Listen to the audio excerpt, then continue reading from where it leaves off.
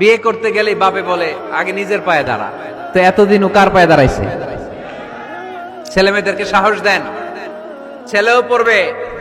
ওই যে একজন চিল্লান দিয়ে উঠছে, ওর কমন পড়ছে, কমন পড়ছে। মাশাআল্লাহ। গার্ডিয়ানরা যারা আছেন ওদের দুঃখ কষ্ট একটু বুঝছেন আপনারা, মিলাই দিয়েন ওদেরকে, বিয়ের পিড়িতে বসায় দিয়েন। বিয়েতে করলাম, বিয়েতে বরকত, বিয়ের মতো ভালো কাজ হতে পারে না। সব নবীরা বিয়ে করেছেন। আর নিকাহ মিন সুন্নতি, বিয়ে আমার সুন্নাত।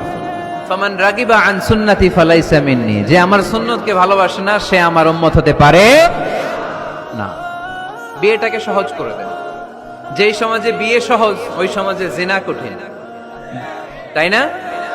যেই সমাজে জিনা সহজ ওই সমাজে বিয়ে কঠিন।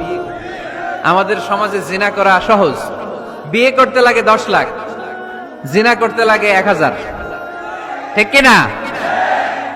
10 লাখ টাকা ছাড়া বিয়ে করা যায় না। এটা লাগবে, ওইটা লাগবে, এই দাও, ওই দাও, মোহর দাও, বিশাল অঙ্কের মোহর। 10 লক্ষ টাকা ধার্য না করলে মেয়ে দিবে না, এরকম আছে না নাই?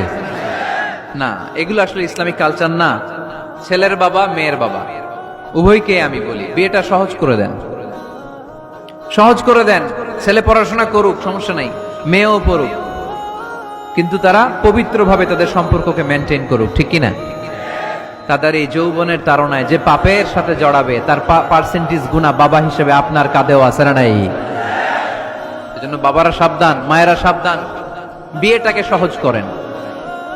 এই এলাকার যুব সংঘ যারা আছো, তোমরা একটা ক্যাম্পেইন করবা এই মাহফিলের পরে, টাইমলি ম্যারেজ ক্যাম্পেইন।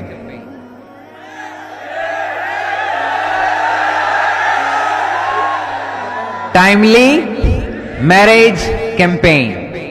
সময় মতো বিয়ে দিতে হবে, দেরি করা যাবে।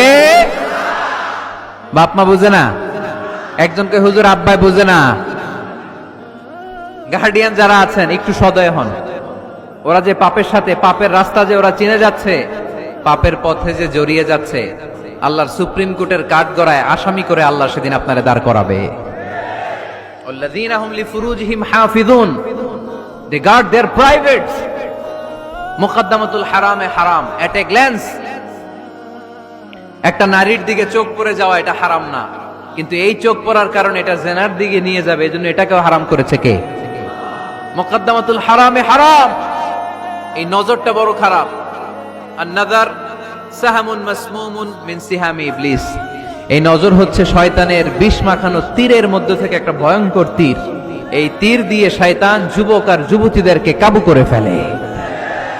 আমরা শয়তানের হাতে ধরা দিতে চাই না।